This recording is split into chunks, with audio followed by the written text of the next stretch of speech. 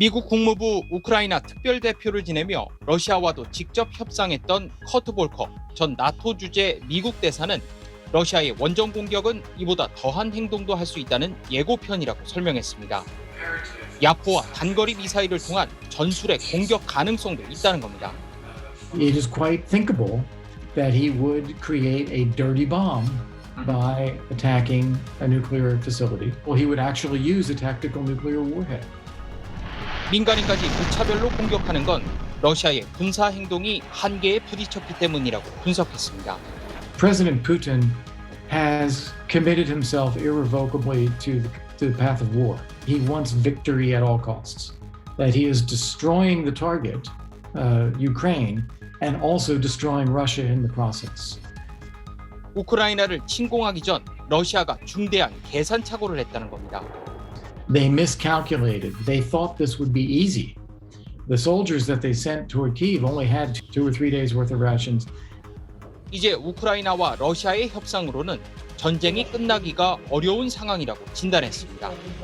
How much do you expect from this negotiation?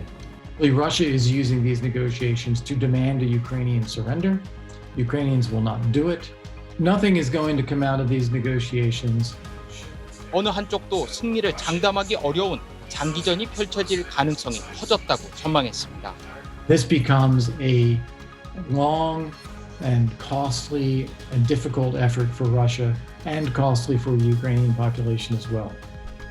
코로나 사태를 거치면서 푸틴 러시아 대통령이 현실 감각을 상실했다고도 분석했습니다. 지금까지 의사결정은 전혀 이성적인 행동이라고 볼 수 없다는 겁니다. I think he has been isolated too much. So I think COVID has left him maybe even a little bit paranoid because I think he's a germaphobe. All of this is irrational. So I think these are the actions of a madman. 민간인 학살도 모자라 핵 위협까지 가하는 푸틴의 광기를 제어해야 한다는 국제사회의 목소리가 커지고 있습니다. 워싱턴에서 SBS 김수영입니다. 러시아 경찰이 반전 시위 참가자를 길바닥에 눕히고 곤봉으로 마구 때립니다. 저항하는 사람들을 제압해 호송차에 태웁니다.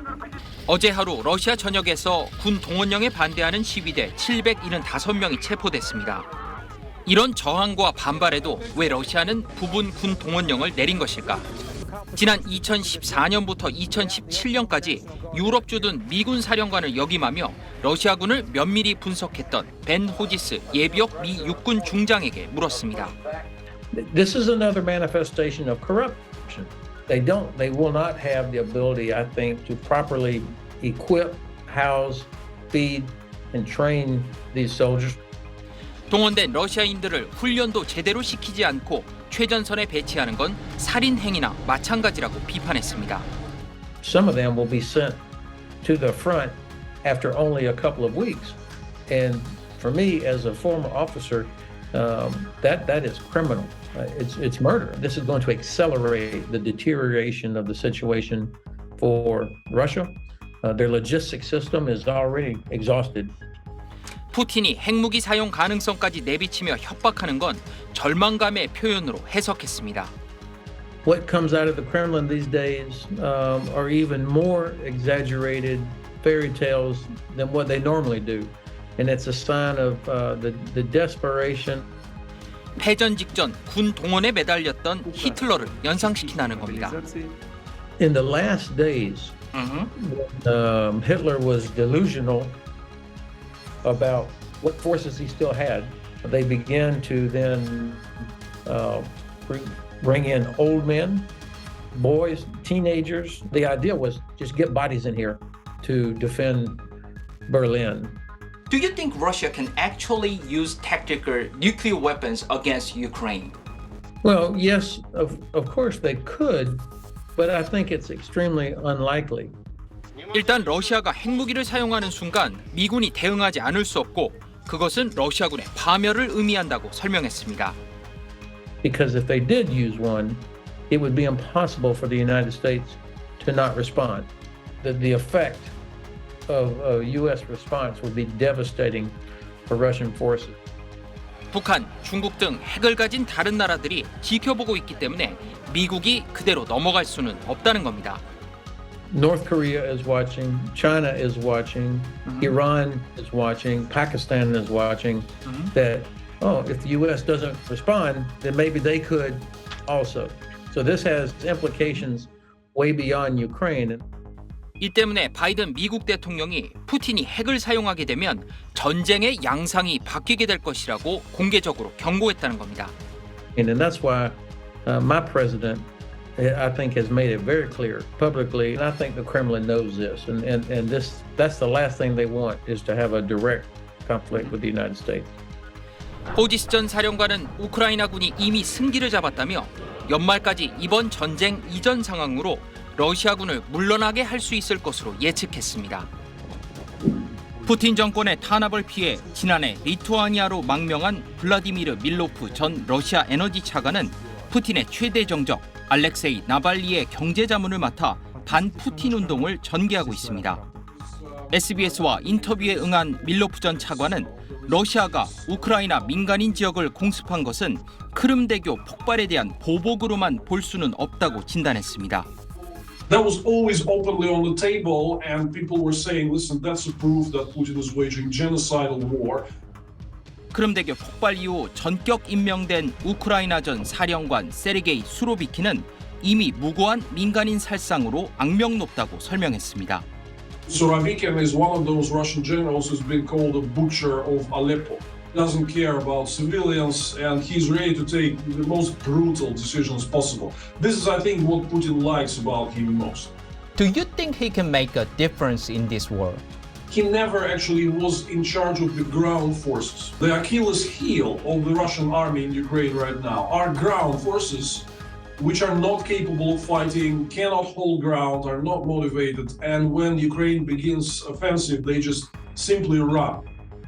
크림대교 폭발로 당장 크림반도 옆 헤르손에 고립된 러시아군이 직접적인 타격을 입게 될 것으로 전망했습니다. Partially cutting off supplies through Crimean Bridge, that's very important for reinforcements of troops that are stationed in Kherson. The morale, supplies, and the status of the Russian troops there is very low. 푸틴의 핵무기 사용 가능성은 실제로 존재하지만 그가 핵카드를 쉽게 꺼낼 수는 없다고 설명했습니다. 지난 2013년 당시 드미트리 로고진 군수 담당 러시아 부총리가 미국을 상대로 한 전쟁에서 러시아가 불과 6시간 만에 패배하게 될 거라는 결과를 공개했다는 겁니다. He says that Russia will lose a war to the United States in 6 hours. No nuclear strikes. The United States will be capable of destroying 90% of Russia's strategic potential in just a few hours. So we can only judge that by now the situation is probably even worse. 군사적 실익이 없는 핵카드를 꺼내들면 주변 국가들까지 등을 돌리게 만들 수 있습니다. Currently neutral to this conflict will join condemnation and sanctions against Russia, like India and many other countries in Asia. 게다가 우크라이나 바로 옆 러시아 곡창지대가 방사능에 오염될 가능성이 있다는 것도 핵 사용을 주저하게 만드는 요소라고 설명했습니다. They produce about a third of Russian food. So basically, if Putin uses a tactical nuclear weapon somewhere nearby, there is a huge risk that these territories will also be contaminated. 서방과 에너지 전쟁을 벌이고 있는 러시아는 유럽이 올겨울 에너지난을 겪으며 스스로 대러 제재를 풀기만을 기다리고 있다고 설명했습니다.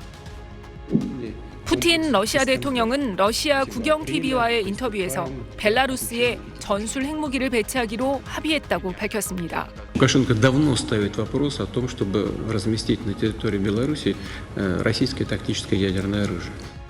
미국이 동맹국에 해왔듯이 러시아도 주변국에 전술핵을 배치하기로 했다는 겁니다. Почему американцы своим союзникам делают, а на их территории размещают, учат, кстати говоря, их экипажи, их летчиков использовать при необходимости этот вид вооружения. Мы договорились, что мы сделаем то же самое, не нарушая. 푸틴 대통령은 이미 이스칸데르 미사일과 항공기 10대를 벨라루스에 배치했다며 다음 달 3일부터 전술핵 무기 훈련을 시작하고 7월 1일까지 저장고를 완공하겠다고 말했습니다. 우크라이나 침공 때 공격로를 제공하기도 했던 벨라루스는 나토 회원국인 폴란드, 리투아니아 등과 국경을 맞대고 있습니다. 러시아가 국외에 핵무기를 배치하는 것은 1991년 소련 해체 이후 30여 년 만입니다. 우크라이나 침공 이후 핵 위협을 계속해온 푸틴 대통령은 지난달 21일 미국과의 핵무기 통제 조약인 뉴스타트 참여 중단도 선언했습니다. As soon as you use the word nuclear, regardless of what kind of nukes he's talking about, it's frightening and it gets attention. One thing that Vladimir Putin has all the time in his pocket is his nuclear weapons. 미국 정부는 아직 공식 입장을 내놓지 않고 있는 가운데 러시아의 전술 핵무기 배치 발표는 우크라이나 전쟁의 궁지에서 벗어나기 위한 포석으로 풀이되고 있습니다. SBS 조지연입니다.